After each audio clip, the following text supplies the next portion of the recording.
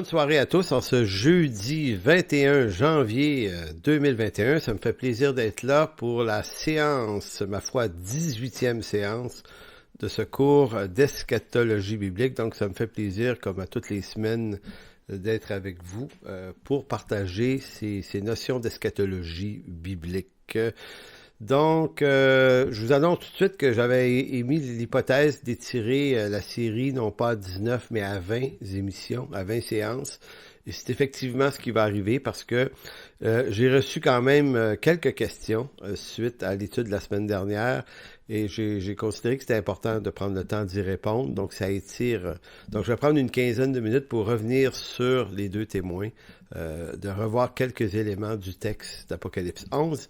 Et ensuite, nous allons commencer ce soir au menu, c'est la marque de la bête, Apocalypse 13. Et sur cette question-là, ce serait difficile d'en sortir à l'intérieur d'une seule séance parce que c'est quand même un texte, c'est probablement le texte qui fait le plus jaser dans l'Apocalypse, pour ne pas dire un des textes qui attire le plus l'attention, en tout cas celui qui est à l'origine du plus grand nombre de spéculations de toutes sortes en eschatologie.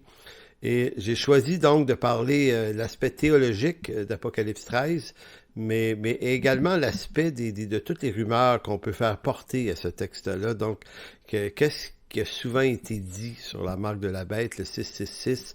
Donc, on va parler de la puce sous-cutanée, on va parler même du vaccin qui est proposé en ce moment pour le traitement de la COVID-19. Donc, mon but ici, c'est d'éclairer un certain nombre de choses. Donc, c'est comme si on allait montrer qu'est-ce qui se dit au sujet de cette marque et quel genre de rapport que certains conspirationnistes chrétiens font rapidement entre la marque de la bête et des événements internationaux comme la COVID-19. On va montrer où est l'erreur de raisonnement dans ça. Et ensuite, on va procéder à regardons comment l'Écriture nous permet de bien interpréter le texte de Apocalypse chapitre 13. Donc, c'est le menu pour cette semaine et je vais poursuivre donc la semaine prochaine sur Apocalypse 13. Donc, il y a eu quelques questions. Évidemment, j'ai pris les questions. Il y a plusieurs personnes qui ont posé des questions semblables. Donc, plutôt que de répondre à la pièce, j'ai comme regroupé les questions pour en faire des questions qui finalement répondent à la fois plusieurs personnes, si vous voulez bien. La première question, c'est est-ce que les deux témoins, donc on a vu les deux témoins, vous vous souvenez, pour ceux qui étaient là la semaine passée, là, dans Apocalypse 11, les fameux deux témoins que j'associais à être probablement une figure de Christ et l'Église. Pourquoi? Ben parce que ils sont décrits comme des personnages persécutés, mis à mort et ressuscités. Donc, persécutés, mis à la mort et ressuscité. Et on avait vu que ces trois actions-là font du sens avec le Christ qui est mort et qui est ressuscité et qui a été persécuté par les Juifs. Mais c'est aussi vrai de son Église également. L'Église, c'est des gens qui sont en Christ, qui sont morts, puis que de toute façon, beaucoup ont été amenés à la mort par les persécutions, mais en Jésus-Christ, on est en résurrection de vie. Donc c'est pour vous dire que le profil fonctionne bien, et ça montre que les deux témoins sont des images. Encore là, quand on étudie Apocalypse, on tient compte de la lecture figurative que nous propose Jean, puisque c'est rempli d'images et c'est rempli de morceaux d'Ancien Testament et des morceaux un peu du Nouveau Testament, puisqu'on est dans la Nouvelle Alliance, dans l'Apocalypse. Donc, on a voulu vraiment montrer ça la semaine dernière. Donc, que peuvent être les fameux deux témoins qui sont à la fois deux arbres, là, deux oliviers, deux chandeliers. Donc, il y a beaucoup de possibilités et je vous ai bien dit que je voulais pas dogmatiser et vous dire avec certitude voilà ce que c'est et voilà ce que ce ne c'est pas, ce que ce n'est pas, mais bon, vous avez vu qu'on peut jouer là-dessus un peu quand même.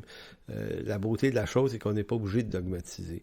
Maintenant, la question que me posait, peut-être 2-3 personnes différentes qui ont posé cette question-là, est-ce que les deux témoins aussi ne pourraient pas être une représentation à la fois de l'Ancien Testament, l'Ancienne Alliance, et la Nouvelle Alliance?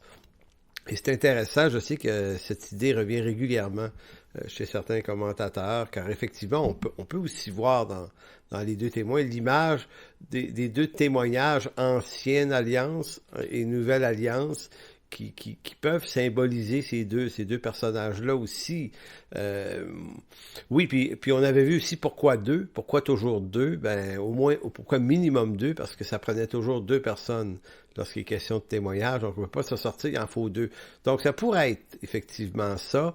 Moi, je suis plus ou moins certain, plus ou moins convaincu, bien que j'exclus pas cette idée, c'est à cause de la persécution, la mort et la résurrection. C'est quelque chose qui est très rattaché à la nouvelle alliance, c'est-à-dire c'est arrivé à Christ, ça arrive à des croyants, donc ça personnifie beaucoup plus le christianisme dans la nouvelle alliance que l'ancienne alliance ressemble un petit peu moins à cette idée-là, cette image-là, mais bon, on peut pas l'exclure non plus. Bon, ça c'était la première question. La deuxième, qui demande un peu plus de temps, est à peu près comme suite. Là, j'ai pris des morceaux de questions de plusieurs personnes, j'ai condensé ça, puis ça donne à peu près ceci comme question. Je ne comprends pas pourquoi les deux témoins puissent représenter à la fois Jésus et l'Église. Pourquoi? Parce qu'au verset 7 du chapitre 11, il est question de la bête qui monte de l'abîme, qui leur fera la guerre, les vaincra et les tuera. Hein? Vous voyez, c'est la question que la question se pose. Donc, comment comprendre que Jésus pourrait être encore tué? Et pourquoi Jésus aurait-il dit en Matthieu 16, 18 que le séjour des morts ne prévaudront point contre elle, c'est-à-dire l'Église?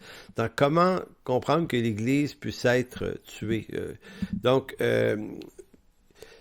Pour répondre à cette question-là, c'est que c'est comme si les gens qui ont vu ça de même ont peut-être que j'ai pas bien expliqué que quand Jean parle dans son livre d'Apocalypse, il parle de façon intemporelle.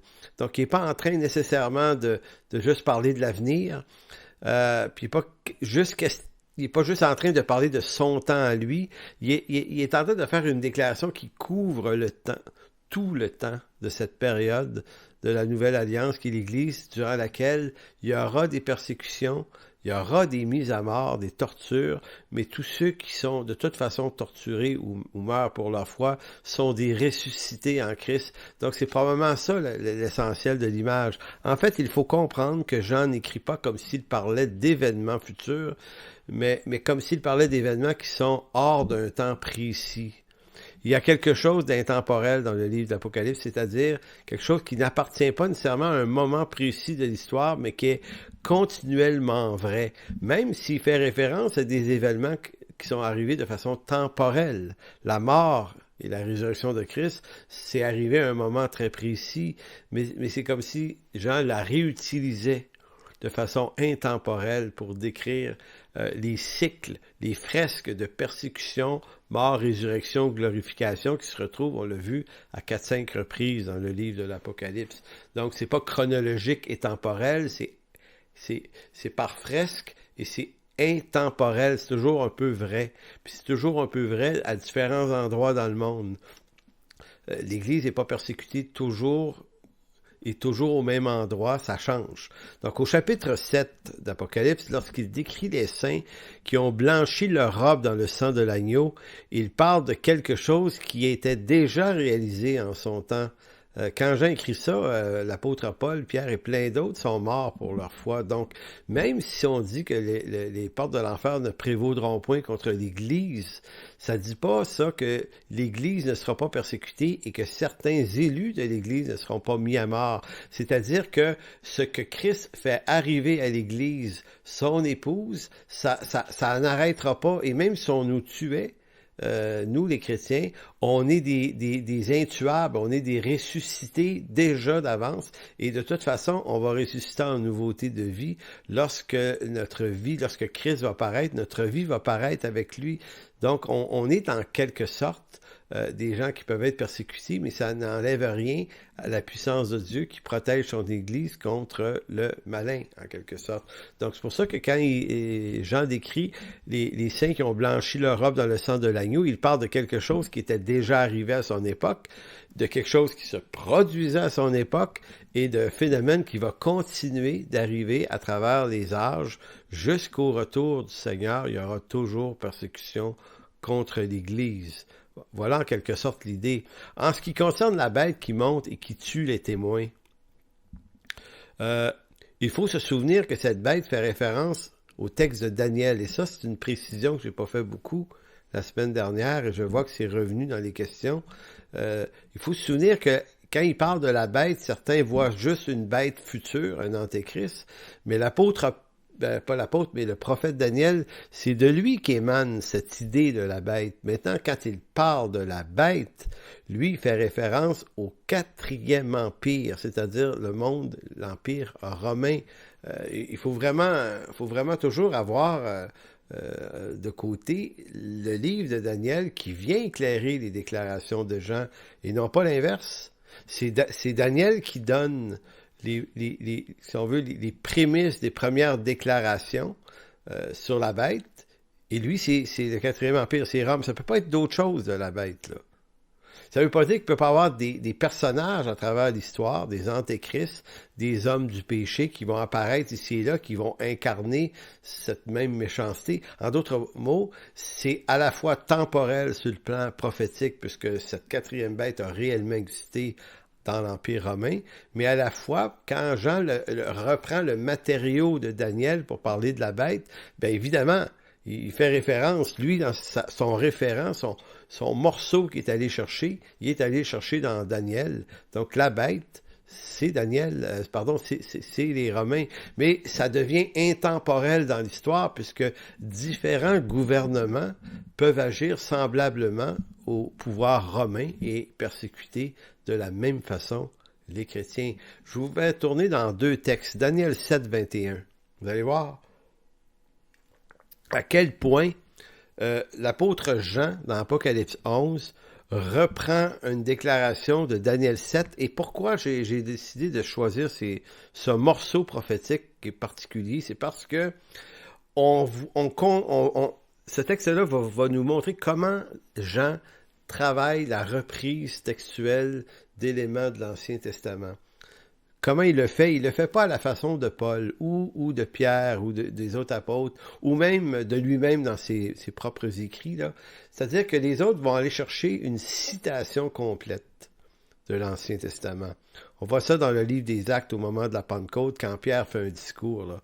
Il rapporte une prophétie de Joël, par exemple. Donc, il la rapporte à peu près textuellement comme elle est dans l'Ancien Testament, et ainsi de suite. Donc, il y a beaucoup de textes comme ça.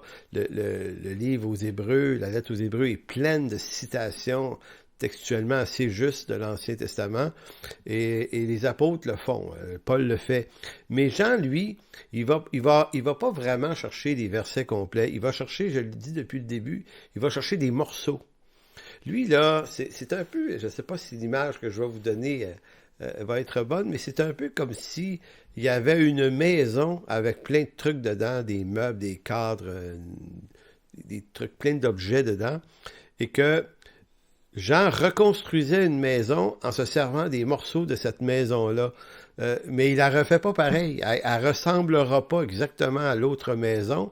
Et les morceaux vont être éparpillés différemment dans la maison. Donc, il reproduit pas le salon tel qu'il était dans l'autre, mais peut-être qu'il va avoir des pièces du salon dans l'autre qui vont se retrouver dans celle-là, puis il va peut-être avoir des morceaux, des pièces qui se retrouvent dans le salon, mais qui n'étaient pas dans le salon de l'ancienne. Donc, c'est un peu ça l'univers apocalyptique, cette espèce de discours que Jean fait. Il retricote de façon symbolique en allant chercher tous ces morceaux-là, puis il leur donne un sens très symbolique. Et c'est pour ça que si on comprend bien l'Ancien Testament, si on le connaît beaucoup, là, on reconnaît les affaires. C'est comme si on rentrait dans la maison pour dire, OK, ça, là, dans l'autre maison, c'était au 2e, ici, c'est au 1er étage. Et je vois un bout d'escalier, je vois un bout de mur, je vois... Mais c'est pas pareil. Donc, c'est pour ça que je dis que c'est pas textuellement ramené de la même façon. Et je vous montre un exemple, Daniel 7, 21. Daniel 7, 21, ça dit, « Je vis cette corne faire la guerre aux saints. » Ici, elle est appelée une corne. « Et l'emporter sur eux. Jusqu'au moment où l'Ancien des jours vint donner droit aux saints du Très-Haut, et le temps arriva où les saints furent en possession du royaume. » Donc, quand on lit ce texte-là, ce qu'on voit, c'est le malin qui fait la guerre et qui persécute les croyants. Il l'emporte sur eux, mais sa victoire est de courte durée parce que l'Ancien des jours, le Très-Haut, Dieu, sauve les saints et leur donne possession du royaume. Daniel 7, 21. Maintenant, Apocalypse 11, 7 à 8. Apocalypse 11, 7 à 8 dit, « Quand ils auront achevé leur témoignage, les témoins, là, la bête qui monte de l'abîme leur fera la guerre. » Donc, vous avez ici ce qui était appelé une corne en Daniel 7, 21, devient une bête ici. Mais la bête, c'est le 4e empire.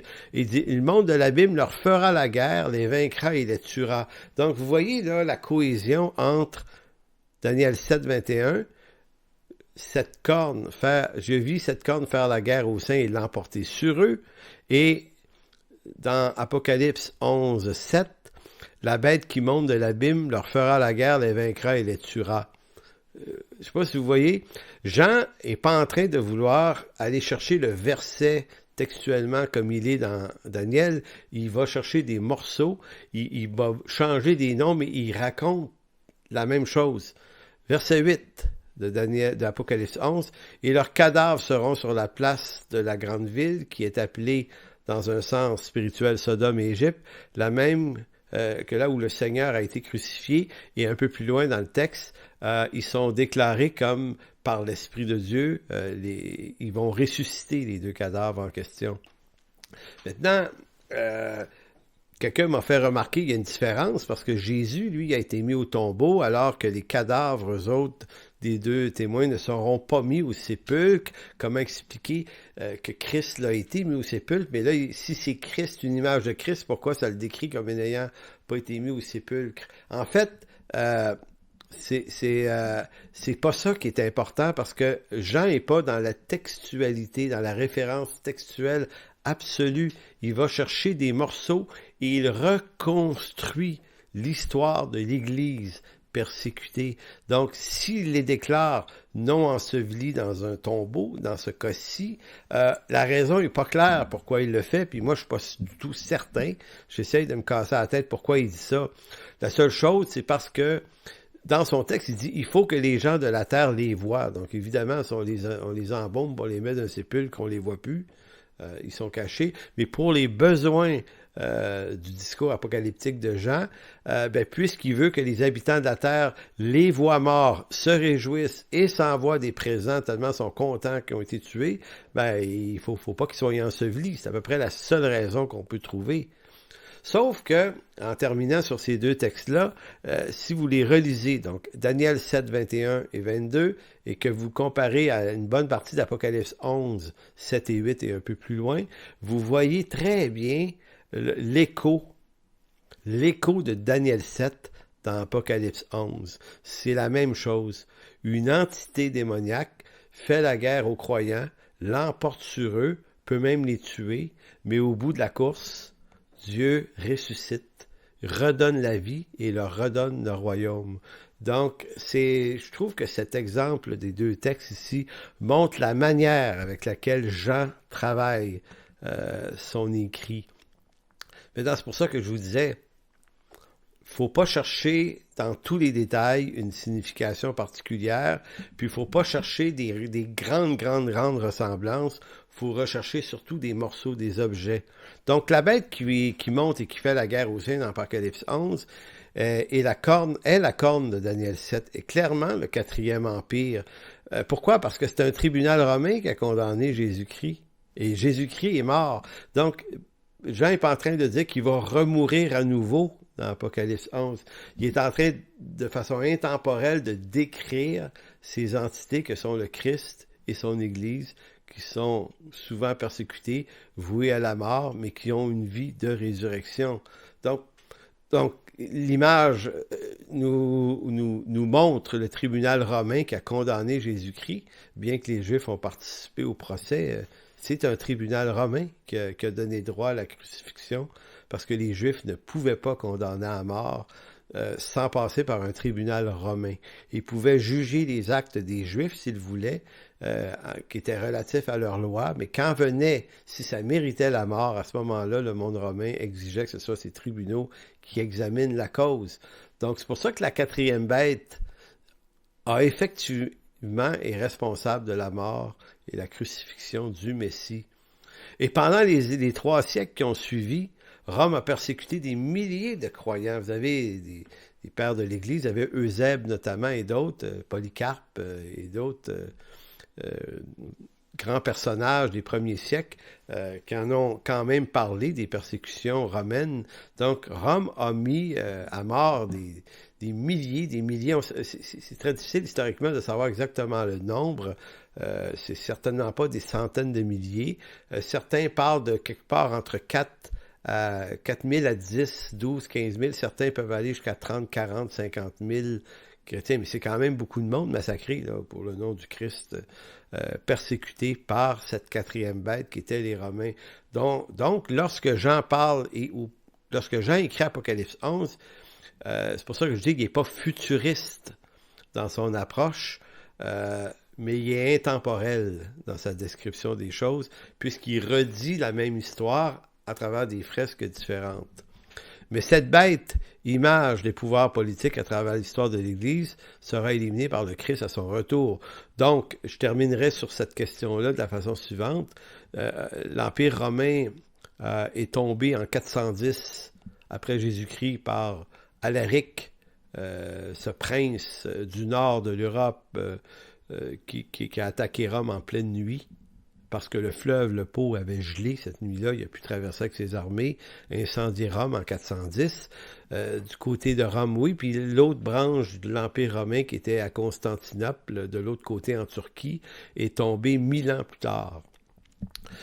Et ces pouvoirs-là ont été des pouvoirs persécutants. Maintenant, c'est pas parce que l'Empire romain est mort que des gouvernements similaires peuvent pas agir de la même façon et persécuter les chrétiens depuis ce temps-là, et ça arrive encore aujourd'hui. Donc, c'était le coin répondre à certaines interrogations quant au cours de la semaine dernière. Venons-en maintenant à Apocalypse chapitre 13, marque de la bête. Et là, cette semaine, je vais en parler en corrélation avec la pandémie actuelle, parce que c'est de cette façon que c'est utilisé.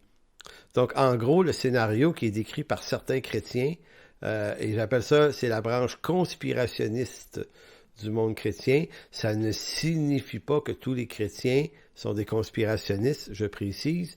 Je ne suis pas en train de dire que ceux qui ont une approche plus littérale des textes, qui adhèrent à une lecture dispensationaliste et pré-tribulationniste et tout ça du livre de l'Apocalypse, je suis vraiment pas en train de dire que tous sont des conspirationnistes. Au contraire, la majorité ne le sont pas. Cependant, les conspirationnistes chrétiens tirent leur énergie, leur source, leur information de cette position-là, avec imprudence, d'ailleurs. Donc, je veux en parler parce que c'est au cœur du défi. Et en gros, ce que certains chrétiens vont dire, c'est que la COVID-19 est une machination, une invention perpétrée loin d'avance, prévue. On avait prévu le vaccin qui allait nous en guérir, parce que dans ce vaccin-là, on veut incorporer des éléments qu'on appelle les nanoparticules, des nanotechnologies. Et là, j'ai choisi de parler de ces phénomènes-là pour expliquer qu'est-ce qui tient la route, puis qu'est-ce qui tient pas la route, puis démêler le vrai du faux autant que c'est possible de le faire. Parce que on se dit, si le vaccin contient des nanoparticules qui pourraient s'apparenter à une fameuse puce sous-cutanée, ben là, on pourrait entrer dans l'ère du contrôle Et là, quand on voit le 5G là, s'installer, donc c'est facile de faire des collages entre différents phénomènes technologiques et de relier ça au grand reset qui s'en vient en mai ou avril prochain, et là de commencer à bâtir une idée avec un paquet de phénomènes en pensant qu'ils ont tous été fabriqués, préfabriqués, imaginés par une élite malveillante en vue d'incorporer cette fameuse marque de la bête qui serait une marque littérale avec laquelle on ne pourrait ni acheter ni vendre. Et si vous reliez à ça l'autre projet que les gouvernements en Occident ont depuis un siècle de bâtir des camps d'internement, parce que ça fait partie des projets réels. Certains ont vu des camps de concentration pour enfermer les chrétiens récalcitrants qui ne veulent pas recevoir la marque de la bête, qui seraient les vrais chrétiens courageux, n'ont tout simplement pas bien compris l'information des camps d'internement qui, ma foi, existent depuis un siècle. Et le gros problème en Occident, c'est qu'après la grippe espagnole en 1918-1919, les gouvernements de l'époque et par après ont compris que tout pays qui se respecte devrait avoir des lieux, des hôpitaux ou des camps qui prévoient que lorsqu'arrive une grande pandémie très nocive pour la santé, qu'on puisse mettre en quarantaine les gens pour les traiter et les sortir de la population pour pouvoir empêcher que tout le monde soit contaminé. Donc, c'est ça un camp d'internement, c'est pas un camp de concentration, ce sont des campements médicaux pour traiter les gens. Et lorsque les gens sont plus porteurs des virus tragiques, ben, ils peuvent être lâchés, mais c'est pas une prison. Maintenant, ce projet-là aurait dû se faire au cours du 20e siècle. Il aurait dû avoir plusieurs campements comme ça, mais le but est médical. C'est pas un but strictement politique. C'est pas un but ici pour enfermer des gens de façon méchante. Mais maintenant, si vous voulez y voir un projet malveillant, ben, ça vous regarde. Mais prenez comme il faut votre information, puis prenez-la pas des sources conspirationnistes. Ils vont vous faire tourner toujours dans les mêmes idées. Il faut aller à la source. Et là, il faut arrêter de dire que tout le monde nous ment. Oui, il y a des gens qui nous mentent. Oui, il y a des gens qui sont corrompus. Mais c'est pas juste de ça dont il s'agit. Et c'est là que ça devient malhabile, je pense, de faire des collages et des montages entre des phénomènes politiques, sociologiques actuels et de vouloir faire fitter ça avec Apocalypse 13. Et je lis les versets 15 à 19 d'Apocalypse 13 qui disent à peu près ceci. « Il lui fut donné, verset 15, d'animer l'image de la bête, afin que l'image de la bête parlât et qu'elle fit que tous ceux qui n'adoraient pas l'image de la bête fussent tués. » Si vous connaissez bien votre Ancien Testament, vous savez exactement à quoi j'en réfère. C'est la statue de Nabuchodonosor qui avait été construite et que ceux qui ne voulaient pas l'adorer ont été tués. Les 3 amis de Daniel ont failli être tués à cause de ça. Donc c'est un matériau d'Ancien Testament ici. Et elle fit que tous, petits et grands, riches, pauvres, libres et esclaves, reçussent une marque sur leur main droite ou sur leur front et que personne ne put ni acheter ni vendre sans avoir la marque, le nom de la bête et le nombre de son nom. C'est ici la sagesse que celui qui a de l'intelligence calcule le nombre de la bête, car c'est un chiffre ou un nombre d'hommes et son nombre est 666 ou le 666. Donc, je le disais plus tôt, il n'y a aucun autre texte biblique dans l'Écriture qui est sujet à autant de spéculations eschatologiques que ce fameux texte d'Apocalypse 13. Comme toutes les fois où une crise d'ampleur mondiale vient nous secouer, ben, il va toujours se trouver des croyants, des chrétiens qui vont ressortir le fameux scénario démoniaque de l'émergence d'un nouvel ordre mondial avec un antéchrist à sa tête et la marque de la bête, le 666. C'est répétitif, là. Je suis sauvé, moi, depuis 1983, là, ça fait à peu près, 38 ans, je pense, là. Et ce scénario-là, à chaque fois qu'il est arrivé un événement mondial quelconque, ce scénario-là ressort à chaque fois et à chaque fois on se trompe. Il faut juste le savoir là, que c'est délicat d'interpréter de façon littérale ces textes-là et en plus de littéralement les appliquer à des phénomènes politiques. C'est déjà un petit peu... en fait, c'est de ne pas respecter l'allure du texte de Jean, c'est-à-dire son approche à lui, apocalyptique, qui est une façon d'écrire par des figures. Donc déjà, il y a une erreur ici.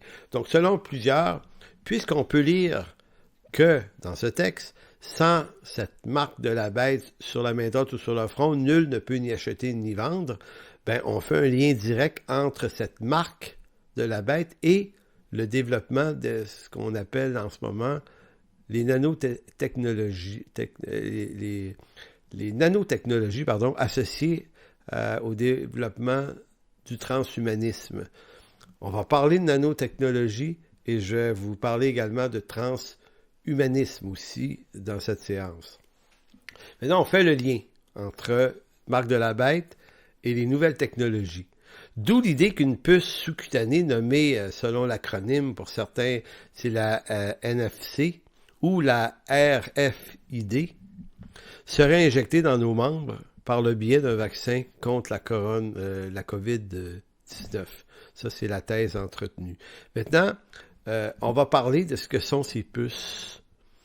C'est pour ça que je vous disais, aujourd'hui, on va parler du phénomène hautement spéculatif entourant ce type d'informations-là. Et plus loin, aujourd'hui, mais sinon, la semaine prochaine, on va regarder l'élément théologique d'Apocalypse 13. Donc, les deux fameuses puces assez connues, RFID et NFC. Donc, je dis tout de suite, il ne faut pas confondre le projet des technologies transhumanistes ou tout ce qui est du domaine de l'intelligence artificielle qui est en très fort développement en ce moment, notamment à Montréal, dans les universités. On est un lieu très fort pour l'intelligence artificielle. Donc, il ne faut pas mélanger texte biblique et le transhumanisme et les nouvelles technologies. Et mélanger ça avec la marque de la bête. Cette puce, ou ces deux puces, NFC et RFID, fait effectivement partie des initiatives techniques déjà présentes au milieu de nous. Depuis combien d'années pensez-vous que ces technologies-là existent? Eh bien, elles remontent à 80 années en arrière. Donc, toujours l'impression que c'est quelque chose de nouveau. En fait, ça commence à être une vieille idée, mais qui fait du chemin puis qui évolue. Donc, c'est l'idée d'incorporer au corps humain des puces de ce genre-là. Soit dit en passant, c'est actuellement très controversé et c'est refusé par la plupart des États. Là, j'entends quelqu'un qui va dire « Ouais, mais il se prépare un jour. » C'est pas demain la veille que ce genre de technologie-là soit adapté au corps de tous les humains. Maintenant, il y a des circonstances où des pratiques semblables existent déjà. On va en expliquer quelques-unes. Mais la question, sommes-nous arrivés au moment de l'histoire où ce genre de projet, ce genre d'objet, de puce, viendrait à faire partie de nos propres corps humains, serait intégré dans notre corps et pourrait faire un certain nombre de tâches que nos téléphones intelligents font déjà. Parce que j'entendais des gens argumenter dernièrement que le gouvernement veut avoir une traçabilité de tous les humains à travers des nanotechnologies, un vaccin avec des objets dedans, pourrait nous tracer à l'endroit, pourrait savoir tout ce qu'on fait, tout ce qu'on est, où on va, tout ce qui nous concerne, tout ce qu'on consomme. Et moi, je répondais à un homme sur Internet la semaine dernière, je lui dis, mais pourquoi tu crains que ça arrive, ça? Parce que le gouvernement sait déjà tout. Donc, de dire que le gouvernement veut tout savoir, pour moi, c'est une utopie, parce que le gouvernement sait déjà tout, parce que c'est lui qui tient les registres de naissance. Le gouvernement sait où je suis né. Exactement à Amqui, en Gaspésie, en 1961, le 24 octobre. Il sait que je suis un garçon. Et mon dossier médical, j'ai eu une opération aux yeux en 67, en 69, j'ai eu ça à Sacré-Cœur à Montréal. Le gouvernement le sait, là, mon dossier, c'est le gouvernement qui gère l'État et qui gère les systèmes médicaux. Le gouvernement est au courant de tous les jobs que j'ai eus dans ma vie. J'ai payé des taxes et des impôts là-dessus. Donc, il se souvient mieux que moi les dates exactes d'embauche et quand j'ai lâché une job, si j'ai déjà retiré du chômage. Le gouvernement sait absolument tout de moi. Et c'est son rôle de savoir parce que c'est lui qui gère les citoyens d'un pays. Donc, il y a un minimum d'informations. Donc, le gouvernement sait comment je gagne par année, comment je paye d'impôts. On sait exactement où est-ce que je magasine. On sait ce que je mange parce que on peut avoir, à travers nos cartes de crédit, nos cartes, tout ce qu'on possède laisse des traces absolument, mais absolument partout. Nos téléphones servent de géolocalisation, donc où est-ce qu'on va? Tout est tracé, parce que vous avez un téléphone, c'est vous qui acceptez d'être tracé par Google et compagnie. Donc, si vous dénoncez ce système-là comme étant un danger, bien, vous êtes en train de dénoncer quelque chose dans lequel vous êtes déjà volontairement ou non, mais volontairement, si vous avez un téléphone, vous avez choisi de faire partie de cette matrice. Et même si vous n'en avez pas, vous dites, moi, j'ai juste pas de téléphone. Écoutez, le gouvernement sait ce que vous faites, il sait ce que vous êtes, il sait absolument, absolument, absolument tout. Il n'y a rien de plus à savoir. Il n'y a rien de plus. Quelqu'un dit, oui, mais il y a peut-être d'autres choses qu'il veut savoir. Ben, il n'y a rien d'autre d'intéressant de toute façon. Hein? Que vous ayez mangé des chips au barbecue ou au ketchup, tout le monde s'en fout, là. Le gouvernement aussi. Donc, c'est comme si on spécule sur des choses qui font pas de bon sens. Et comme j'avais déjà expliqué à un ami, si tu penses que M. Gates et compagnie est un grand conspirateur, ben à partir du moment où tu as un ordinateur, puis tu es en train de m'écouter en ce moment, puis tu fais affaire avec Microsoft et Word et tu utilises le matériel, bien c'est toi qui finances ce mania-là. Donc, comprenez-vous qu'on peut entrer dans des espèces de raisonnements qui, au bout de l'affaire, font plus ou moins de sens. Mais ça ne dit pas qu'on n'est pas dans un monde hautement technologique, sous haute surveillance, par des espèces de Big Brother. On est dans un monde comme ça. Maintenant, est-ce que tout ça, et les risques que ça représente, parce que ça représente des risques, cette hyper-surveillance des humains, est-ce que ça, c'est Apocalypse 13 en même temps? C'est là que c'est douteux. Donc, la puce RFID, l'acronyme veut dire Radio Frequency Identification, c'est des brevets qui ont été déposés dans les années 40 et 50. Et comme je vous dis, ben, à partir du moment où on sait que ça existe, ben, c'est un peu comme une recette qu'on fait, que font les conspirationnistes chrétiens. Donc, c'est comme si, vous savez, quand on fait un gâteau, là, ça prend un bol là, pour mélanger les objets. Donc, je vais vous faire ça sous la forme d'une recette. Donc, je vous dirais, versez dans un bol une crise mondiale, quelle qu'elle soit, une pandémie, crash économique, un cataclysme, un événement quelconque, et à laquelle vous ajoutez un soupçon de malveillance que vous voyez chez les élites politiques et mondialistes, parce qu'il y en a de la malveillance chez beaucoup d'entre eux. Donc, une malveillance de banquiers, de milliardaires et d'ex-politiciens. Donc, ajoutez un soupçon d'eux autres. Et à tout ça, ajoutez le projet d'un nouvel ordre mondial en gestation comme les Nations Unies ou autre chose, et ajoutez dans le même bol quelques prophéties bibliques que vous allez tirer de l'Ancien et du Nouveau Testament, et ajoutez à ça cette fameuse puce sous-cutanée, et mélangez le tout. Mettez au four. Et lorsque vous allez ouvrir le four, ben, vous obtenez un règne de l'Antéchrist contrôlant tous les hommes de la terre grâce à la marque de la bête qui est le chiffre 666, et ainsi de suite. C'est une recette. Maintenant, peut-être que pour plusieurs, cette recette fait du sens et on va dire oui, c'est ça. Mais c'est peut-être pas ça du tout. Donc, vous avez le droit de croire que c'est ça, mais vous devriez faire aussi, si on veut, un peu plus de théologie pour comprendre le texte pour lui-même. Maintenant, en ce qui concerne la fameuse puce et toutes les nanosciences, on va s'en parler. On va s'en parler parce que ça vaut la peine de définir de quoi on parle et de quoi on ne parle pas. Donc, la fameuse puce RFID, que je vous disais que c'est Radio Frequency Identification, il y en existe deux sortes. Une forme active et une forme passive. Donc, il s'agit de puces qu'on peut vous mettre sur une partie de votre corps, généralement sur la main. Et là, vous voyez, vous dites, oui, mais ça ressemble tellement à Apocalypse 13. Attention aux fausses ressemblances, en apparence, parce qu'il faut comprendre de quoi on parle. Donc, dans les RFID, il existe modèle actif. Le modèle actif, bon, permet la mémorisation et la récupération de données à distance. Ça sert à ça.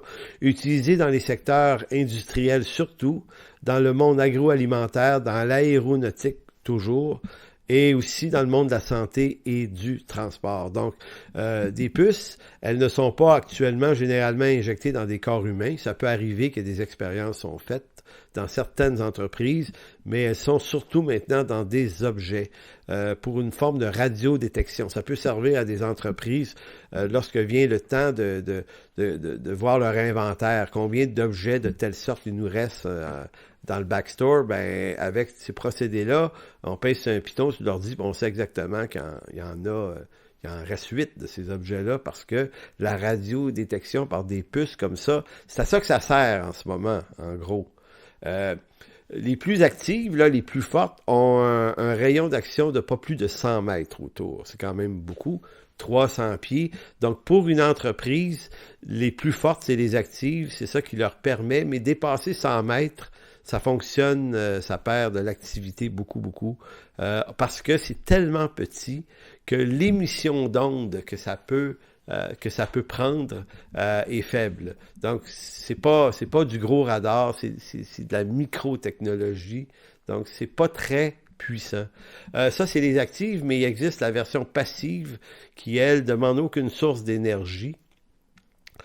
Elle, passive, a un rayon d'action de 25 mètres, pas plus. Donc, c'est ça actuellement, au meilleur, ce que peuvent donner des puces semblables. La NFC, elle, c'est Near Field Communication, beaucoup plus récent. On croit que ça a commencé à être utilisé aux alentours des années 2010 à peu près. Et on dit que c'est une technologie fonctionnant par le biais d'une puce qui permet d'échanger des données entre un lecteur et n'importe quel terminal par le biais d'un simple rapprochement ou contact entre les deux objets. Rapprochement ou contact entre deux objets. La communication sans fil ne fonctionne ici qu'à une très courte portée, à haute fréquence pour une distance d'environ pas plus de 10 cm. Donc ça, c'est l'autre puce. Elle est beaucoup plus faible que la première.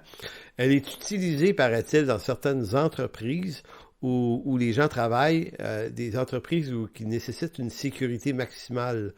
C'est-à-dire que comme employé, vous ne pouvez pas aller n'importe où, dans n'importe quel secteur du building de l'entreprise.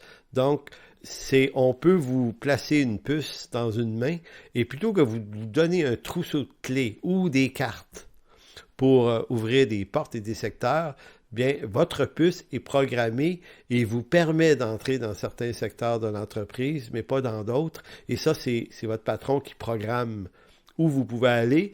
Et ça évite que vous ayez à débarrer des portes. Donc, à 10 cm, quand vous approchez votre main d'une poignée de porte, la porte se débarre automatiquement. Et ça peut être utile à d'autres usages à peu près semblables, mais la portée est de 10. La portée d'onde de 10 cm, c'est ça, pas plus. Donc, c'est pour ça que y a des spécialistes qui s'intéressent à la question, des chercheurs dans le domaine, qui, quand ils entendent des chrétiens ou des gens parler d'une puce qui nous contrôlerait sur le plan économique, qui est radio-satellitaire, il y en a qui se grattent la tête en disant « Excusez, mais c'est parce qu'on n'est vraiment pas rendu là, là. » Donc, c'est pas pour maintenant. Et il y a aussi l'idée que si on devait nous implanter ce genre de puce, vous pouvez imaginer les protestations publiques pour les gens qui militent en faveur de la liberté et des droits individuels, diraient non, c'est pas certain qu'on va aller là. Ça veut pas dire qu'on ira pas là. Ça veut juste dire que ça reste un large débat. Et d'où certains ont pensé, mais peut-être que la pandémie est le moyen secret caché pour nous importer ce genre de puces à notre insu. Oui, mais sauf que si on vous importait les puces qui existent actuellement, elles seraient moins efficaces que votre téléphone. Votre téléphone, là, pour vous radiodétecter, est immensément plus puissant, beaucoup plus gros. Lui, il peut se capter sur des tours très très loin de chez vous, puis sur des satellites, toutes sortes d'objets. Donc, pourquoi on vous mettrait dans la peau un objet qui est beaucoup moins efficace que ce que vous avez déjà dans votre poche et que vous avez payé, soit dit en passant. Donc, ce type de gadget technologique ne peut être associé à la marque de la bête de l'Apocalypse 13, même si Jean parle d'interdiction d'acheter ou vendre en fonction de la possession de cette marque. Vous vous souvenez, on a lu, si quelqu'un a cette marque, il ne peut ni acheter ni vendre. Donc, même si Apocalypse dit ça, et que pour vous, la puce en question vous semble créer un rapprochement, et vous avez raison là, qu'on peut littéralement voir un rapprochement, mais on ne peut pas nécessairement le faire, ce rapprochement-là, pas parce que je veux pas, c'est parce que la déclaration de Jean dans Apocalypse 13 n'est pas de nature technologique, mais de nature politique. Je m'explique. Le traitement politique ici, parce que Jean parle de la bête. La bête, c'est un gouvernement, c'est une instance politique qui persécute des croyants. C'est de ça dont il est question pour Jean. Maintenant, c'est de nature politique parce que c'est relié à la privation des droits et libertés de faire du commerce en temps de persécution. Si vous regardez ce que Jean est en train de dire, c'est que ceux qui ont cette marque ne peuvent pas faire de commerce à toute fin pratique. Maintenant, parle-t-il d'une marque littérale ou est-ce qu'il utilise un symbole? La symbolique d'une marque d'appartenance à un système. Est-ce que ça serait une marque ou non? Écoutez, quand Adolf Hitler prend le pouvoir en Allemagne en 1933, il va défaire des droits et libertés tranquillement, pas vite, et juste au moment où, aux alentours des années 38-39, quand la guerre est sur le point d'éclater, il a déjà retiré aux Juifs leur citoyenneté allemande, leur droit de faire du commerce. En d'autres mots, ce que Jean décrit, c'est appliqué des dizaines, probablement des centaines de fois dans l'histoire, c'est-à-dire que quand un gouvernement, politiquement, persécute des croyants, ou une religion ou un certain nombre de gens, une des premières choses qui lui enlève, c'est sa liberté de faire du commerce, d'acheter et de vendre. Et c'est exactement ce que Hitler a fait. Mais là, je ne suis pas en train de dire qu'Apocalypse 13 c'est une prophétie d'Adolf Hitler. Je suis en train de vous dire que la prophétie ou le texte d'Apocalypse 13 décrit les comportements des gouvernements persécuteurs.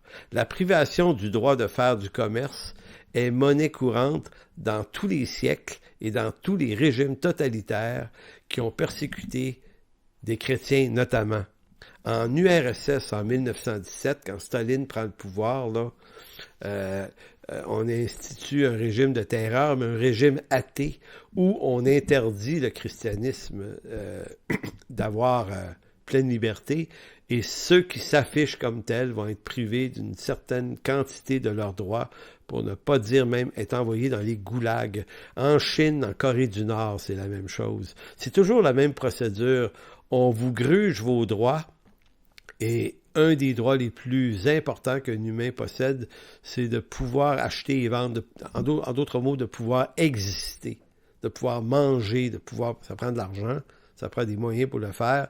Donc, c'est pas pour rien que les gouvernements enlèvent ce type de droit-là. Écoutez, sous l'Italie de Mussolini durant la Deuxième Guerre mondiale, c'est exactement ce que le gouvernement de Mussolini a fait.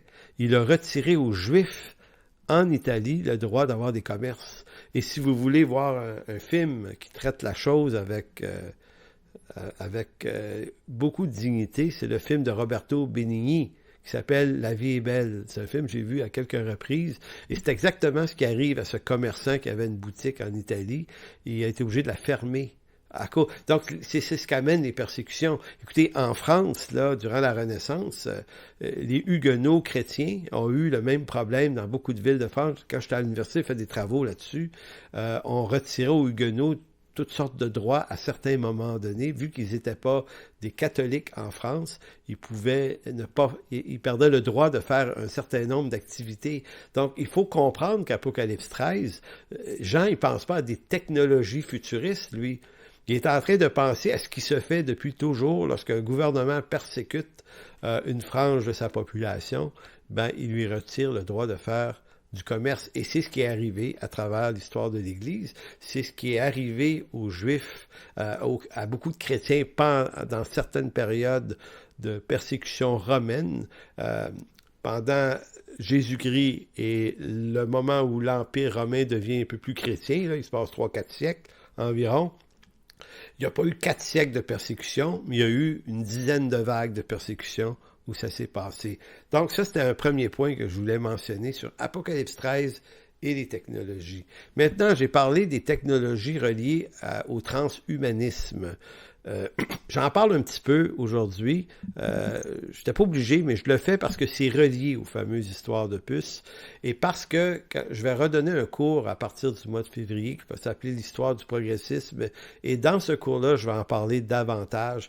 J'ai beaucoup d'ouvrages là-dessus, moi, sur toute la question de comment on veut modifier l'ordre sexuel dans nos sociétés postmoderne, pour ne pas dire hyper moderne. Ça, c'est un excellent livre de Serge Éphèse. Vous avez Francis Fukuyama, très connu, La fin de l'histoire et le dernier homme. La fin de l'histoire et le dernier homme de Francis Fukuyama. Vous avez un livre d'un personnage qu'on redoute un peu souvent, Henry Kissinger, qui parle de l'ordre du monde. Donc, il existe des bouquins qui décrivent un peu ce qui est là, ce qui s'installe, ce qui s'en vient. Maintenant, moi, ce qui m'intéresse, c'est de distinguer les choses, de démêler les choses. Évitons de faire des packages, de toutes les rattacher ensemble, mais en même temps, sans être en train de se dire qu'il ne se passe rien. Il se passe des choses. Par exemple, le transhumanisme. Le transhumanisme, qui est relié à toute la question de l'intelligence artificielle, se traduit de la façon suivante. Le transhumanisme est un ensemble de techniques, mais aussi de réflexions visant à améliorer les capacités humaines, qu'elles soient physiques ou mentales, via un usage avancé de nanotechnologie et de biotechnologie. Qu'il s'agisse de rendre la vue à une personne non-voyante, de faire marcher un homme paralysé avec des prothèses animées via des processeurs, ou encore de stimuler le cerveau pour lutter contre certaines maladies comme le Parkinson, les travaux se multiplient dans de nombreux domaines pour améliorer les conditions de vie de l'homme. Donc, quand on parle de nanotechnologie ou de technologie transhumaniste, ben, c'est à ça qu'on réfère. C'est beaucoup relié au monde de la recherche médicale. Évidemment, il y a quelque chose d'assez redoutable là-dedans, parce que c'est comme le dépassement de l'homme. L'homme biologique est dépassé par l'homme reconstruit, à la fois par une nouvelle sorte de biologie, mais retapée avec des technologies qui ne sont plus du domaine de la biologie, mais du domaine de gadgets électroniques et d'intelligence artificielle. C'est comme si on était, des fois, pour certains, en train de quitter l'humanité telle qu'on la connaît depuis des millénaires pour plonger dans quelque chose qui est l'homme robotisé en partie. Il y a quelque chose, pour moi, d'assez redoutable là-dedans, mais est-ce qu'Apocalypse 13 nous parle de ça? Non, c'est pas la même chose. Mais parlons quand même de ce que c'est ça. J'ai un autre livre que je peux vous recommander pour ceux qui s'intéressent. C'est un livre, je l'ai pas en main ici, là, parce qu'il est dans mes boîtes, mais c'est un livre écrit par le chercheur français bien connu, Jacques Testard. Si je me souviens bien, là, Jacques Testard, c'est c'est un savant de haut niveau qui, lui, est aux premières loges de la recherche sur le in vitro. Les bébés in vitro, il y a quand même au-dessus d'une trentaine d'années là, que ça existe. Et Testard est un grand chercheur dans le domaine qui lui-même aujourd'hui redoute ce que toutes ces technologies nouvelles ont amené de nouveau. Et son livre s'appelle « Au péril de l'humain ». Au péril de l'humain. J'ai lu ça il y a 2 ans, puis ça m'a dressé les cheveux sur la tête, et quoi que j'en ai pas beaucoup, mais ils ont redressé pareil, parce que lui, il nous parle de comment on peut modifier le corps humain grâce à toutes sortes de phénomènes à la fois médicaux et technologiques, et faire en sorte qu'on peut, dans l'avenir, pas très loin, refabriquer des humains ou des bouts d'humanité ou des bouts de membres qui nous manquent. Et c'est assez intéressant. Donc, lui, dans l'entête de son livre, va dire « Fabriquer un être humain supérieur, artificiel, peut-être même immortelle, dont les imperfections seraient réparées et les capacités améliorées.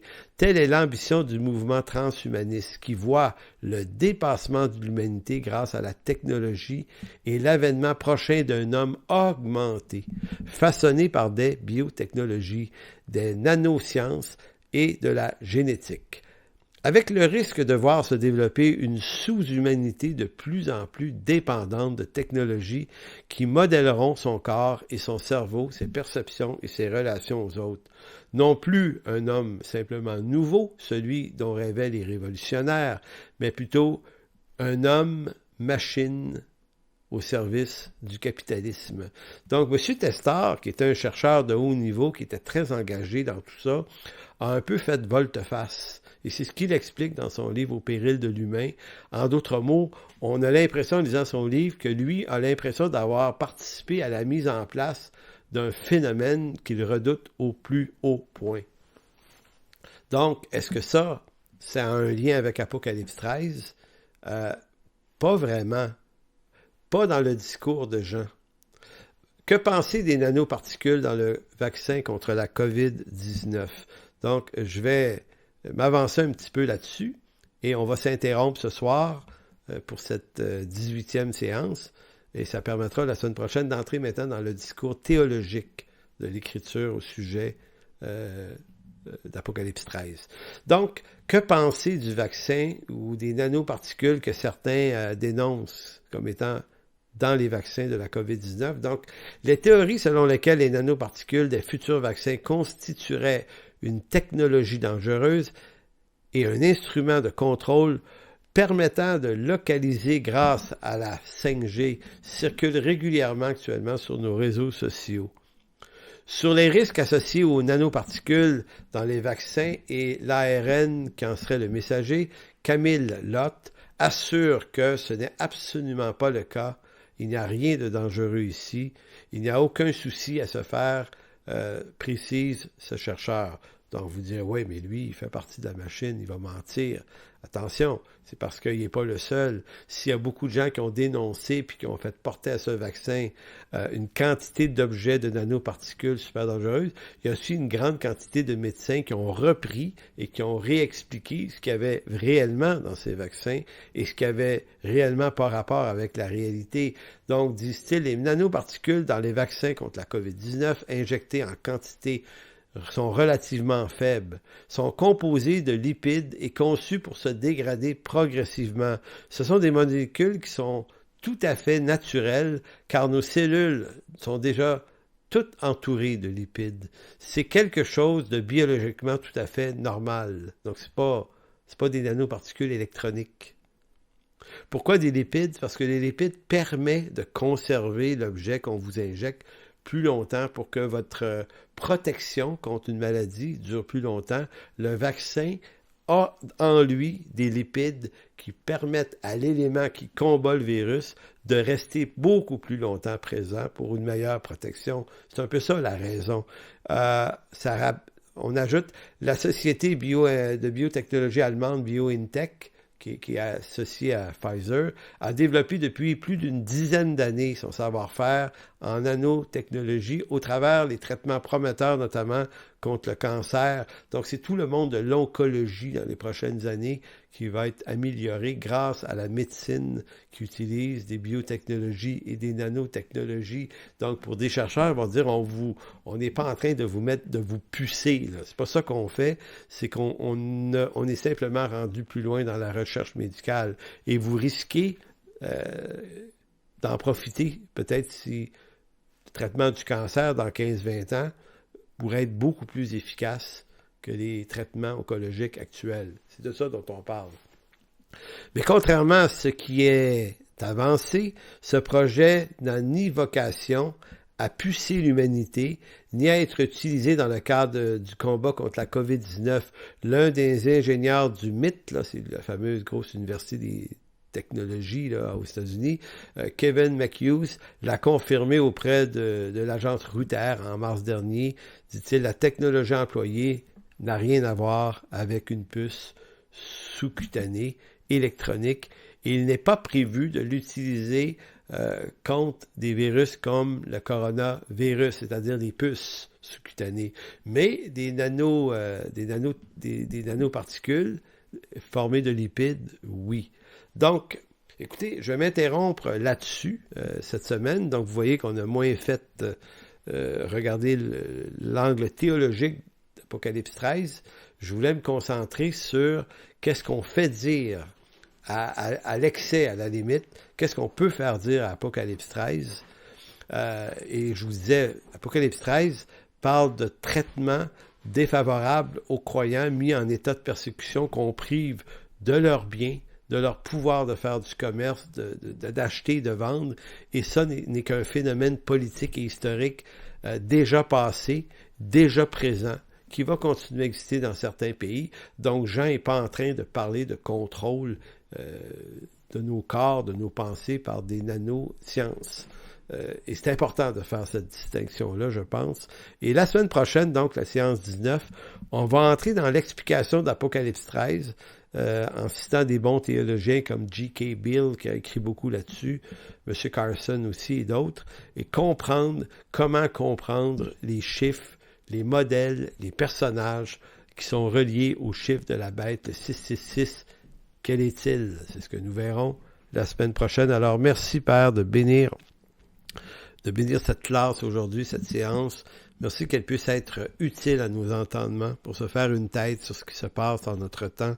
Et on te demande de bénir chaque personne aussi, Seigneur, qui est là, qui écoute, qui reçoit cette instruction, que ça puisse être une bénédiction, que ça puisse faire du bien. Alors, merci de bénir tout et chacun dans le précieux nom de Jésus. Amen. Donc, on se quitte là-dessus pour la séance 18. Au plaisir de vous revoir la semaine prochaine pour la 19. Ça va être passionnant, la 19. Vous allez voir, ça va vraiment... J'ai comme très hâte, très, très hâte. Alors, bonne semaine à tous.